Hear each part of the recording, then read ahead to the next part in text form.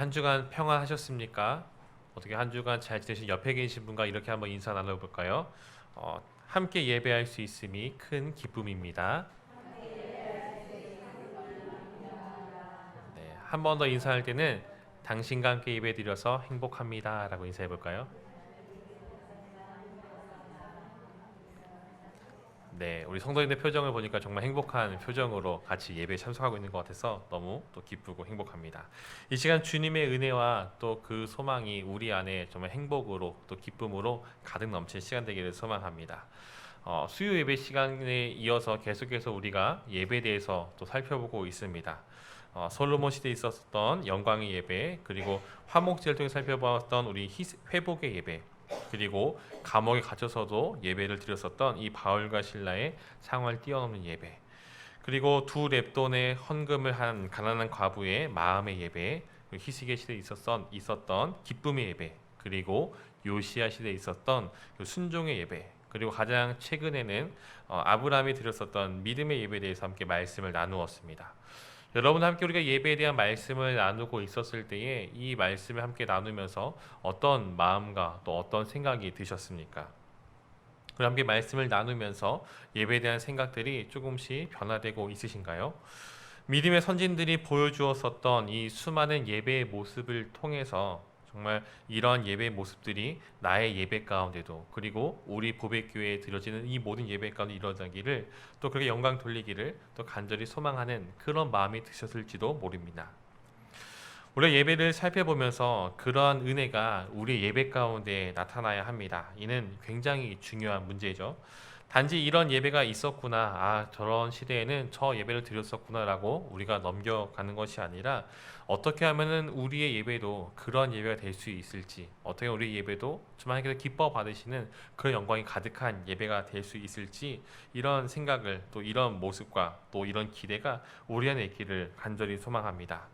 그렇지만 우리가 이러한 예배를 드리기 위해서 성경에 나타나고 있었던 수많은 예배를 통해서 그런 예배를 우리가 드리기를 소망할 때에, 그 예배를 드리기 위해서 어떤 그 사람들이 드렸었던 어떤 방법이나 방식, 어떤 이런 형식에만 우리가 치우친다면은 그것은 정말 주님께서 원하시는 참된 예배의 모습이 아닐 것입니다. 수학 공식을 이리저리 대입하듯이 한다면은 그것은 올바른 모습이 아니라는 것입니다. 그렇다면 우리는 이러한 예배를 드리기 위해서 어떤 것을, 그리고 무엇을 추구해야 할까요? 오늘 본문을 통해서 우리가 그 해답을, 우리 주님께서 직접 말씀하신 그 해답을 함께 한번 찾아보았으면 좋겠습니다. 수많은 예배를 살펴보고 또 살펴보면서도 우리가 절대 잊지 말아야 할 것, 그것이 무엇인지를 오늘 말씀 속에서 함께 알아보도록 하겠습니다. 먼저 오늘 본문을 보게 되면은, 오늘 본문이 어디에서 일어난 사건입니까? 오늘 본문의 일은 예수님께서 유대를 떠나셔서 갈릴리로 가시는 그 여정 가운데 일어났었던 사건입니다. 본격적인 공생애가 시작되고 이제 이 예수님의, 이 예수라는 인물이 조금씩 이스라엘 사회 가운데 점차 부각되고 있었던 시기입니다. 즉 그 말은 이스라엘의 어떤 이 바리새인들이나 혹은 이 다른 종교 지도자들이 이 예수라는 사람에 대해서 조금씩 주목하고 있었다라는 겁니다. 그래서 잠시 예수님은 아직은 정말 그들에게 본격적인 핍박을 받는 것을, 아직은 그때가 이르지 않았기 때문에 잠시 그들의 눈을 피해서 이 유대 땅 예루살렘을 떠나서 갈릴리 지역으로 지금 이동하고 있는 것이죠. 그런데 여러분이 이 유대에서 갈릴리로 간다라는 것은 어떤 우리나라에서 서울에서 어떤 지방을 가는 것처럼 그렇게 간단한 일로 우리가 생각해서는 안 됩니다. 이 당시 유대인들과 사마리아인들의 관계를 보게 되면은 우리는 조금 특별한 점을 발견할 수가 있는데요.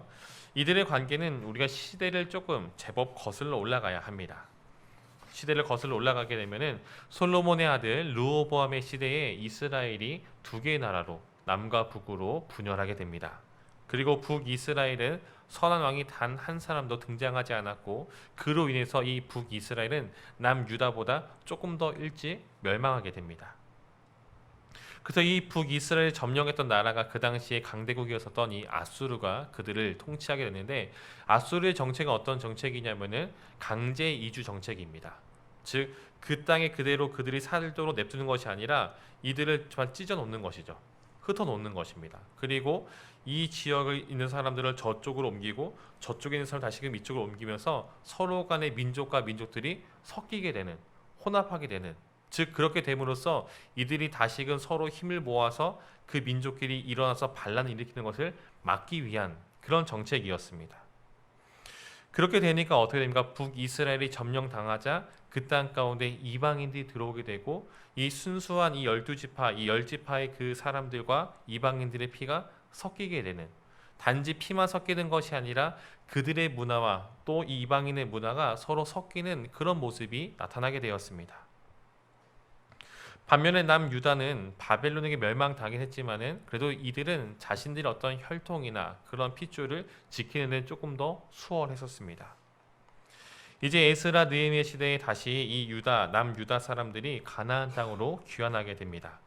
근데 여러분 돌아와 보니까 어떻습니까? 상황이 이스라엘 땅가에 있는 사람들은 먼저 멸망을 당했었던 이 북쪽에 있었던 이방인과 섞여 있었던 그 사람들이 그 땅에 있었다라는 거죠. 그래서 이방인의 피가 섞인 이 사마리아 지역, 이 북쪽에 살던 사람들과 정말 이 돌아온 귀환한 이 유대 사람들, 유다인들이 정말 이 사사건과 충돌하게 되면서 서로가 서로에 대해서 정통성을 부정하면서 한민족이 앙숙이 되었습니다. 그래서 예수님이 활동하던 이 시대에도 이러한 이 앙금이 계속 깊게 잘 잡고 있었습니다. 그래서 이 당시 유대 사람들이 이 유대 땅을 벗어나서 갈릴리나 혹은 이 북쪽 땅으로 갈 때에는 가장 빠른 길은 사마리아를 통과하는 것이 가장 빠른 길이지만은 하지만 그들은 이 사마리아 사람들을 인간 취급하지 않았기 때문에 정말 그 개만도 못한 사람이라고 취급했기 때문에 사마리아 땅으로 직접 관통하는 것이 아니라 그 땅을 피해서 우회하는 길로 돌아가는 길을 택했다라는 것이죠. 오늘 예수님과 예수님의 제자들은 어떤 사람들입니까? 이들은 사마리아 사람이 아니라 다 유대 사람들입니다. 즉 이들이 이제 유대 땅을 벗어나서 갈릴리로 간다라는 것은 어떻게 가야 됩니까? 이들이 사마리아 땅을 지나가는 것이 아니라 그곳을 피해서 돌아가는 것이 일반적인 모습입니다. 그렇지만 오늘 4절 말씀 보게 되면은 여러분들 4장 4절 보게 되면은 예수님께서 어떻게 결정하시냐면은 사마리아를 통과하시겠다라고 결정을 하십니다. 즉 오늘 사건은 어떤 사건입니까? 예수님께서 유대 땅을 벗어나서 갈릴리로 가는 여정까지 일어났었던 어떤 우연적인 사건이 아니라 예수님께서 직접 이 사건을 지금 만들기 위해서 필연적으로 의도하신 그 사건이라는 것을 우리는 알 수 있습니다. 이제 그런 결정을 하시고 5절을 보게 되면은 이 수가라는 동네에 이르게 됩니다. 이 성경학자들은 이 수가라는 동네를 세겜 땅이라고, 이 세겜 지역이라고 추정하고 있습니다. 이제 이 세겜 땅으로 들어가게 됐는데 그 때가 몇 시라고 말합니까? 때가 6시쯤 되었다라고 기록하고 있습니다. 그러니까 이스라엘 이 성경에 기록된 시간에서 더하기 6시간 하게 되면은 오늘 우리의 시간과 동일한 시간으로 볼 수가 있는데요. 즉 6시라는 것은 오늘날로 치면은 몇 시입니까? 12시, 정오입니다. 정오라는 것은 점심시간이기도 하고 또 이 태양이 가장 높이 떠 있는 또 가장 뜨거운 그런 시기입니다. 우리가 10월에 성지답사 가시는 분들은 아시겠지만 이 중동 지역의 낮 시간대는 굉장히 무덥습니다. 그래서 사람들은 이 낯을, 이 햇빛을 피해 가지고 그늘에 앉아 있거나 혹은 집 안에서, 즉 이 시원한 실내에서 시간을 보내게 됩니다. 해가 조금 떨어지면은 그때서야 외부로 다시 나와서 활동을 이어갑니다. 대부분의 사람들이 활동을 기피하고 정말 그늘 밑으로 혹은 집 안에 있는 그 시간 속에서 한 여인이 물을 들어 우물로 나오고 있습니다. 왜냐하면 이 여인은 남편이 많이 바뀌었기 때문에 주변의 어떤 평판이나 시선을 많이 의식해서 사람이 없는 이 한적한 시간대, 아무도 나오지 않는 그 뜨거운 그 정오의 그 시간대에 물을 길러 나오고 있습니다. 예수님과 이 여인이 나눈 중간의 이야기는 생략하도록 하겠습니다. 왜냐하면 오늘 우리가 살펴볼 부분은 바로 그 뒤에 이어지는 부분이기 때문입니다. 여인은 자신에게 물을 청한 이 낯선 유대 사람을 조금은 특별하다고 여겼습니다. 아니 이 사람이 어떻게 내가 말하지 않았던 나의 이 치부와 같은 이 비밀스러운 것들을 어떻게 알고 있는 것이지, 처음 본 사람이 그것을 낱낱이 알고 있자 이 사람이 혹시 정말 하나님의 특별한 사람은 아닐까라는 그런 생각을 가지게 되었습니다. 그 고백이 바로 오늘 우리가 읽은 19절 말씀입니다. 어떻게 고백합니까? 주여 내가 보니 당신 누구입니까? 선지자로군요 라고 이렇게 지금 말하고 있습니다. 이 낯선 사람이 정말 특별한 사람이라고, 하나님의 사람이라고 생각이 되자 이 여인은 그동안 갖고 있었던 저 그 궁금함을 이 사람한테 물어보게 됩니다. 그 질문이 무엇입니까? 20절 말씀입니다. 우리 같이 한번 읽어볼까요? 20절 말씀 시작. 우리 조상들은 이 산에서 예배하였는데 당신들의 말은 예배할 곳이 예루살렘에 있다 하더이다. 네. 왜 이런 이야기를 하냐면은 이제 물론 이 유대 사람들과 이 사마리아 사람들이 정말 서로 왕래하는 것이 굉장히 제한적이고 서로를 기피하는 그런 상황이기도 하고 또 이들이 예배를 드리고 있었지만은 각자가 서로 다른 장소에서 예배를 드리고 있었습니다. 유대인들은 성전이 파괴되었었지만 이 우리가 잘 알고 있는 헤롯 대왕, 예수님이 탄생했을 때 있었던 이 헤롯 대왕이 지은 이 헤롯 성전에서 제사를 지냈습니다. 근데 사마리아 사람들은 어디서 제사를 드렸냐면은 조금 더 설명이 조금 필요한데요. 이 사람들은 여러분은 우리가 에스라 느헤미야 시대 때 성전을 재건하는 것을 방해하고 성벽 재건을 방해했었던 이 산발랏이라는 사람을 여러분 기억하십니까? 이 산발랏이라는 사람이 정말 이 사람이 그 땅에서 자신의 통치권을 정말 얻기 위해서 어떤 이 바사의 다리오 왕이나 혹은 그 다음에 있었던 이 헬라 제국의 알렉산더 대왕의 환심을 사기 위해서 여러 가지 정말 뇌물을 쓰고 공작을 하게 됩니다. 그래서 이 통치권을 얻기 위해서 했었던 그 계략이 무엇이냐면은 당시 좀 강성했었던 이 유대 사람들 약화시키기 위해서 그들이 정말 어떤 정신적인 구심점 역할을 하고 있었던 이 성전 중심의 이 사상을 파괴시키려고 하였습니다. 그래서 이 사마리아 지역의 그리심산, 축복의 산이라 불리는 이 그리심산에 예루살렘 성전과 똑같은 규모의 성전을 그 산 정상에다가 짓게 됩니다.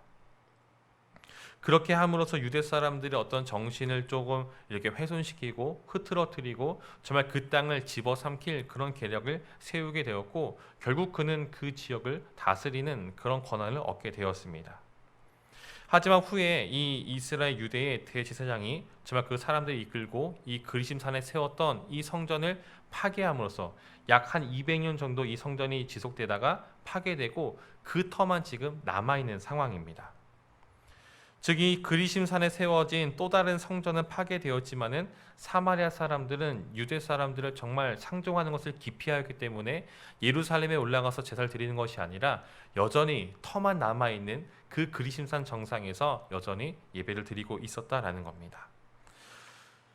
그 일이 오늘 예수님과 이 사마리아 여인이 만난 이 시점까지 지금 이어지고 있습니다. 여인은 물어봅니다. 선생님, 당신은 하나님의 사람인 선지자 같으니까 제가 질문을 하겠습니다. 당신들 유대 사람들은 저 예루살렘에서 예배를 드려야 된다고 말하고 있고 우리 조상들은 이 산 그리심산에서 예배를 드려야 된다라고 지금 말하고 있는데 과연 어디에서 우리가 예배를 드려야 됩니까? 당신은 하나님의 사람이니까 하나님의 뜻을 아는 사람이니까 그 장소를 지금 나에게 알려주세요라고 지금 질문하고 있는 것입니다. 이 질문에 예수님의 대답이 무엇입니까? 21절 말씀을 같이 한번 읽어볼까요? 21절입니다. 시작. 예수께서 이르시되 여자여 내 말을 믿으라. 이 산에서도 말고 예루살렘에서도 말고 너희가 아버지께 예배할 때가 이르리라. 아멘. 예수님은 예루살렘입니까? 아니면 그리심산입니까? 라고 물어보는 이 여인의 질문 가운데 A다 B다라는 그런 답을 하지 않으십니다. 어느 한 장소를 특정한 장소를 말씀하지 않으시고 그 대답은 무엇입니까? 무엇을 지금 말씀하고 있습니까? 너희가 아버지께 예배할 때가 이르리라 라고 지금 말하고 있습니다. 근데 여러분 이 말을 우리가 조금 바꿔 생각해보면 어떤 뜻일까요? 아버지께 예배할 때가 이른다라고 말하는 것은 지금 아버지께 예배가 드려지지 않고 있다라는 말이죠. 예루살렘에서도 그리심산에서도 지금 수많은 사람들이 예배와 제사를 드리고 있지만은 진짜 하나님 아버지께 제사를 드리는 예배를 드리는 사람은 아직 없다라고 지금 말씀하고 있는 것입니다.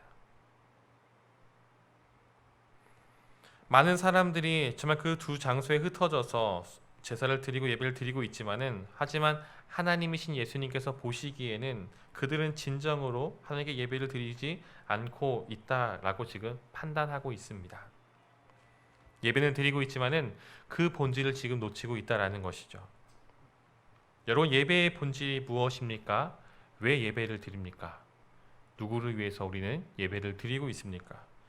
유대인들 그리고 사마리아인들은 이런 것들은 잃어버리고 또 잊어버린 채 어떤 형식만, 예배를 드리는 어떤 그 행위만을 갖고 있었다라는 겁니다. 여전히 우리가 어디서 예배를 드려야 됩니까? 또 얼마나 주변 사람들에게 내가 더 예배를 잘 드리고 있는지 보여줘야 되는지 바로 여기에 지금 집중하고 있었던 것이죠. 그러나 오늘 예수님께서 사마리아 여인과의 대화를 통해서 우리에게 전하시는 분명한 메시지는 예배는 누구에게 드려야 됩니까? 바로 하나님 한 분만을 위해서 드려야 된다는 것을 말씀하고 있습니다. 다른 목적도 다른 누군가를 위한 것이 아니라 오직 하나님 한 분만을 위해서 예배해야 된다라고 지금 말씀하십니다. 여러분, 하나님 한 분만을 위해서 예배 드린다라는 것은 무엇일까요? 오늘 예수님은 23절 말씀에서 두 가지를 말씀하십니다. 우리가 굉장히 잘 알고 있는 두 가지인데요. 첫 번째는 바로 영으로 드리는 예배입니다. 왜냐하면 하나님은 영이시기 때문에 우리는 영으로 예배를 드려야 된다라고 지금 말씀하고 계십니다. 근데 영이신 하나님께 나아갈 때 우리 또한 육체로 나가는 것이 아니라 우리도 마찬가지로 영을 다해서, 우리 영혼을 다해서 하나님 앞에 예배를 드려야 되는데, 조금 더 쉽게 생각한다면은 우리가 예배에 잘 나아갈 때에 우리 이 몸만, 육체만 나가는 것이 아니라 우리의 영도 함께 예배를 드려야 된다라고 말하고 있습니다. 예를 들면은 여러분, 가끔 우리가 이런 말을 쓰지 않습니까? 아, 저 사람 지금 영혼 없는 대답을 하고 있네라고 표현 쓰지 않습니까? 요즘 들어서 좀 많이 쓰는 표현인 것 같은데, 저 같은 경우에는 제가 이제 집에서 이제 저녁이나 이럴 때 TV를 저희 집 좀 반대인 것 같아요. TV를 보면은 옆에서 이제 아내가 막 얘기를 막 말을 걸잖아요. 그럼 저는 TV 어떤 집중하면서 집중하기 때문에 건성건성을 약간 그랬어 하면서 이렇게 좀 지나갑니다. 그 TV가 다 끝나고 난 다음에 그때 물어보죠. 아까 뭐라 말했어? 라고 이렇게 물어봅니다. 그러니까 대답은 했는데 어떤 대답이었죠? 영혼 없는 대답을 하고 있었던 것이죠. 이해가 되십니까? 즉, 제가 집중하고 있는 것이 어떤 이 아내와의 대화에 집중하고 있는 것이 아니라 제 지금 시선이 보고 있는 이 TV에 있었기 때문에 정말 옆에서 아무런 얘기를 한다 해도 저는 대답은 그냥 기계적으로 그냥 이렇게 하고 있었다라는 겁니다. 즉, 제가 집중하고 있는 것이 대화가 아니라 바로 TV에 있었기 때문입니다. 우리가 하나님께 예배할 때 어디에 집중을 해야 됩니까? 바로 하나님께 집중을 해야 됩니다. 내가 집에 나올 때 가스불을 끄고 나왔는가? 보일러를 켜고 나오진 않았는가? 이따가 비 온다고 한 것 같은데 창문 열고 나오지 않았을까라는 이런 간단한 문제뿐만 아니라 어떤 우리 예배를 드릴 때에 예배에 온전히 집중하는 것이 아니라 다른 어떤 세상적인 일 가운데 나의 개인적 어떤 안위에 관련된 그런 것에 대해서 우리가 여전히 고민하고 있고 집중하고 있고, 정말 이 자리에 우리 몸은 나와 있지만 여전히 우리의 정신과 생각과 그런 마음들은 다른 곳에 향해 흩어져 있다면은 어쩌면 그 예배야말로 우리의 영혼을 잃어버린 예배가 이지 않을까라는 생각을 합니다. 영혼 없는 대답, 영혼 없는 예배가 아닌 우리의 영을 다한 정말 모든 것을 다해서 하나님께 집중하는 그런 예배 모습이 있기를 소망합니다. 두 번째는 진리로 드리는 예배라고 말하고 있습니다. 여기 나타난 이 진리라는 것은 바로 이 진실을 말하고 있는데요. 우리 예배 가운데 진실됨이 묻어나와야 된다라고 지금 말하고 있는 것입니다. 여러분, 진실함으로 예배를 드린다라는 것은 무엇일까요? 가끔 길을 가다 보면 접근하는 사람들이 있죠. 굉장히 복이 많아 보이시네요. 정말 네, 선생님 복이 많아 보이시네요. 선생님 조상이 뭐 공덕을 많이 쌓으셨네요 라는 말로 접근하는 사람들이 있습니다. 근데 그 사람들이 관심 있는 것은 진짜 나에게 어떤 복이 있기 때문에, 어떤 조상들로부터 내려오는 어떤 큰 복이 있는데 그것이 막혀 있기 때문에 그것을 뚫어주기 위해서 그런 관심을 가지고 있는 것이 아니에요. 그 사람들의 관심은 나를 현혹시켜서 내가 그들에게 어떤 돈을 지불하는 그것을 말하기 위해서 정말 열심히 접근하는 것이죠. 즉, 가면을 쓰고 불순한 의도로 다가온다라는 것입니다.